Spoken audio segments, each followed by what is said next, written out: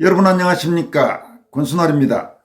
서울 용산구 한남동 윤석열 대통령 관저를 둘러싸고 긴박하게 전개되고 있는 흐름과 관련해 원로 언론인인 유건일 주필이 양다리 걸치기 기회주의자들에 대한 최후 통첩이라면서 내전의 최전선에서 중간은 없다라고 강조했습니다. 이 내용과 함께 심평 변호사가 분석한 윤석열 대통령이 버틸 수밖에 없는 이유라는 제목의 설득력 있는 글도 함께 소개해드리도록 하겠습니다. 유건일 주필은 어젯밤 뉴데일리에 게재된 경문에 가까운 칼럼을 통해 2025년 1월 9일 밤에 한국 내전의 부처라는 부연 설명과 함께 한남동 대회전은 내전의 최전선이라면서 먼저 다음과 같이 밝혔습니다. 극좌 혁명 집단 기준에서는 민중민주주의 변혁, 자유인들 기준에서는 자유민주 대한민국 수호 투쟁이 절정으로 치닫는다. 이 내전에서 극좌가 도발자, 자유인들은 정당방위 반격 세력이다. 이 내전을 위해 극좌 집단은 1980년대 중반부터 1. 민주화운동 사령탑 채가기, 2. 민주화 후에 내부에서 야금야금 먹어가기 등 다양한 꼼수를 부려왔다. 그 결과 저들은 마침내 한남동 대회전이 보여주는 본격 대결에 이르렀다. 왜 본격인가? 저들은 이제 민주화, 진보 어쩌고 하는 해묵은 위장을 벗어던졌다. 그리고 자신들의 이념적 속내를 적나라하게 드러냈다. 자유민주주의 체제냐, 차베스형 민중주의 체제냐의 적나라한 정면 충돌. 유주필은 이어서 다부동 전투의 중간은 없었다라면서 다음과 같이 역설합니다. 이 국면에서 자유인들에겐 한 가지 선결사항이 있다. 극좌와의 전투 직전에 지금까지 그들과 협력해온 비좌파 기회주의 어중간 분자들을 향해 최후 통첩을 발해야 한다. 그래야 적군과 아군의 경계선이 선명하게 그어진다. 어떤 최후 통첩? 양다리 걸치기 그만 걷어치우라고. 둘 중 하나를 선택하라고. 자유이념과 전체주의가 싸울 때 어느 편에 설 건가? 한남 다부동 전투에서 자유민주주의와 민중민주주의가 맞붙을 때 어느 편에 설 건가? 이어서 한남동 전투에도 중간은 없다면서 다음과 같이 밝히고 있습니다. 중간은 없다. 자칭 중간파는 주관적으로는 그 나름의 독자적 철학과 세계관이 있다고 할 것이다. 그러나 그건 한낱 관념의 유의에 불과하다. 한반도같이 4대 강국에 둘러싸인 지정학적 처지에선 중간이란 설 땅이 없다. 인도태평양 자유진영이냐, 북중러 유라시아 전제냐의 둘 중 하나를 택할 수밖에 없다. 그럴 수밖에 없는 정도가 아니다. 인도태평양 자유세계와 한미일 협력으로 가는 것만이 자손만대 자유, 인권, 평화, 번영을 물려줄 유일한 길이다. 대한민국 76년사 그리고 북녘의 현세 지옥이 그것을 불가역적으로 증명했다. 유건일 주필은 이어서 선택하라 어느 쪽에 설 건가라면서 다음과 같이 역설합니다. 그래서 통첩한다. 자칭 어중간 기회주의는 선택하라. 어느 쪽에 설 건가? 세상이 좌쪽으로 갈 것만 같아 그쪽에 보험 들었다고? 분명히 말한다. 그건 사는 길이 아니라 죽는 길이었어. 그대들이 국민의힘 정치꾼이든 언론이든 방송이든 무엇이든 세상이 뒤죽박죽일수록 일관되게 살아야지. 그따위로 카멜레온 짓이나 해가지고는 양쪽에서 다 얻어 터지는 수가 있어. 이 사람들아 정신 차려. 자유전사들 온몸으로 맨주먹으로 맨가슴으로 싸운다. 하늘을 우러러 울부짖는다. 우리도 끝까지 싸우겠노라. 2025년 1월 9일 밤에 한국 내전의 부처. 여러분 유건일 주필의 긴급 이 칼럼 많은 분들이 아마 공감하실 겁니다. 그 내용 중에 국민의힘 정치꾼이든 신문사든 방송사든 무엇이든 세상이 뒤죽박죽일수록 일관되게 살아야지 그따위 카멜레온 짓을 해가지고는 양쪽에서 얻어 터지는 수가 있다. 아주 통렬한 지적이 아닐 수 없습니다. 국민의힘 내의 일부 반란파 정치인들 그리고 제도권 언론 특히 보수 우파 국민들 덕분에 지금까지 성장해온 조중동으로 상징되는 소위 비좌파 기회주의 언론들 정말로 제대로 명심하길 바랍니다. 그따위로 행동들 하다가는 나라도 죽고 당신들도 결국은 죽습니다. 그렇게 하고 당신들이 살 수가 없습니다. 이어서 판사를 지냈고 또 경북대 로스쿨 교수를 지낸 심평 변호사가 최근 윤석열 대통령이 버틸 수밖에 없는 이유라는 제목의 글을 자신의 소셜미디어를 통해 공개했습니다. 내용을 읽어보니까 상당히 공감할 수 있는 내용이 많습니다.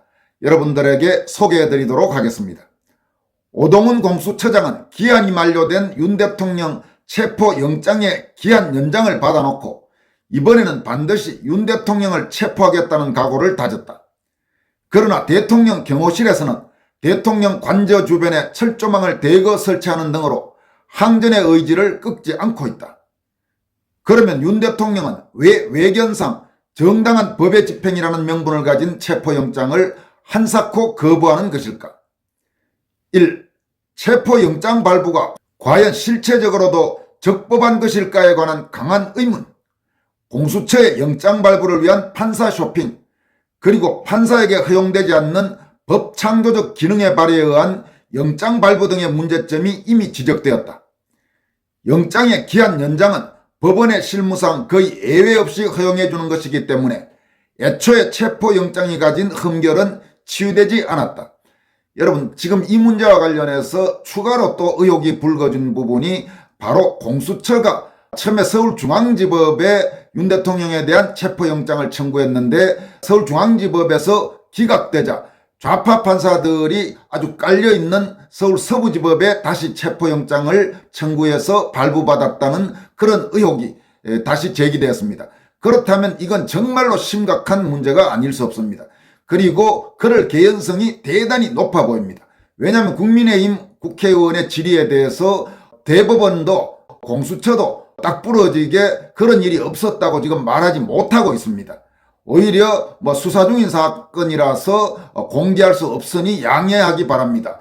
결국 이 말은 지금 제기되고 있는 그 의혹, 즉 공수처가 당초 서울중앙지법에 체포영장을 청구했다가 기각되니까 서부지법으로 방향을 틀어서 서부지법에는 영장판사 2명이 모두 좌파 판사고 법원장부터 일선 판사까지 속칭 좌익 판사가 아주 쭉 깔려있는 좌익 법원에 다시 청구해서 받아냈다는 의혹이 대단히 설득력이 있는 상황이 돼가고 있습니다. 심평 변호사의 지적을 더 살펴보겠습니다. 2. 관례에 어긋나는 수사기관의 폭주. 비상계엄 이후 각 수사기관에서 내란죄가 당연히 성립하는 듯이 단정하고 이를 전제로 하여 거의 광기에 휩싸인 것처럼 폭주하였다. 그러나 대다수의 헌법학자들은 이번에 비상계엄이 내란죄에 해당하지 않는다는 의견을 표명하였다. 학자들의 견해에 의하면 수사기관의 수사는 잘못된 전제에서 출발한 말 그대로 폭주인 것이다. 그리고 탄핵 소추되었다고 하더라도 현직 대통령을 이처럼 영장에 의하여 인신구속을 바로 하려드는 것은 관례에도 어긋나는 것이다.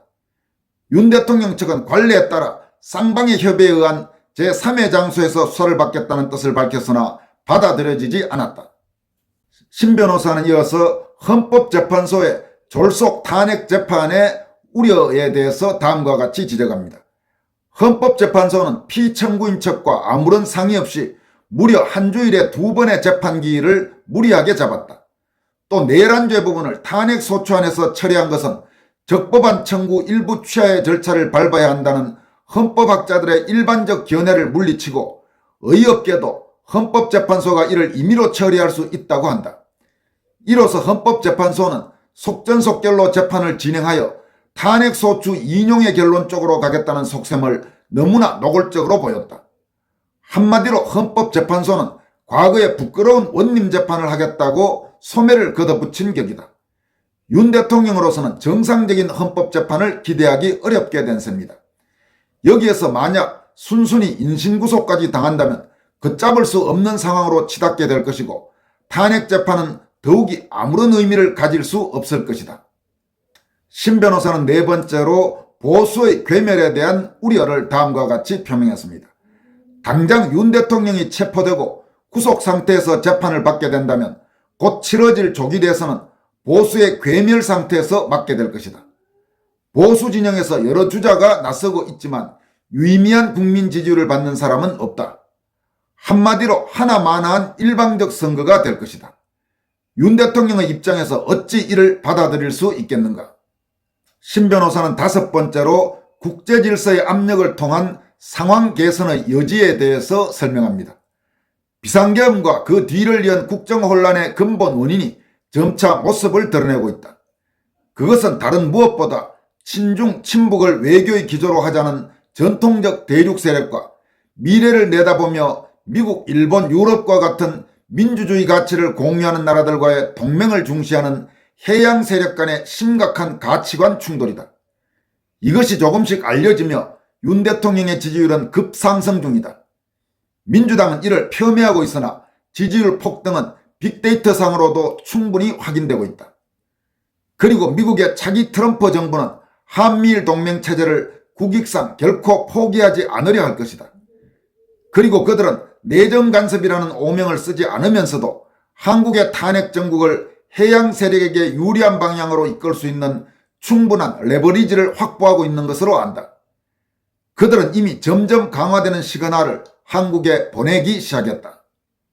심평 변호사는 이렇게 다섯 가지 요인을 설명한 뒤 다음과 같이 마무리합니다. 결국 시간 문제이다. 조금만 버티면 윤 대통령은 국내적으로나 국제적으로 큰 힘을 얻게 된다. 이런 판국에 왜 그가 광기 어린 폭주를 하는 수사기관과 원님 재판을 표방하는 헌법재판소에 무릎을 꿇어야 하는가? 여러분 어떻습니까? 충분히 동의할 수 있는 내용이라고 할 수 있습니다. 지금 문제는 시간입니다. 최대한 윤석열 대통령은 지금 상황에서 버티는 것이 본인은 물론이고 대한민국의 보수우파, 자유우파 그리고 대한민국과 한국인들을 위해서도 대단히 중요한 전략이 될 수 있습니다. 실제로 지금 시간이 흐르면 흐를수록 윤석열 대통령의 지지율은 급등하고 있고 윤 대통령 지지율 급등에 힘입어서 국민의힘 지지율까지 덩달아 치솟으면서 더불어민주당을 오히려 앞서는 그런 여론조사 결과까지 나오고 있습니다.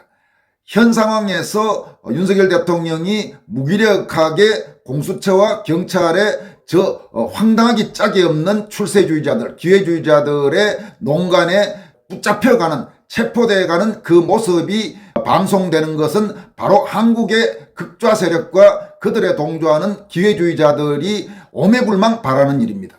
반대로 말한다면 한국의 애국 시민들로서는 결코 받아들일 수가 없는 모습입니다. 최대한 버티면 시간은 윤 대통령의 편이고 시간은 자유 애국 시민들의 편이고 그리고 시간은 또 대한민국과 한국인들의 편입니다. 이런 부분들을 유건일 조필과 심평 변호사가 아주 정확하게 설명했다 이런 생각을 하게 됩니다. 지금까지 권순할TV였습니다. 여러분 고맙습니다.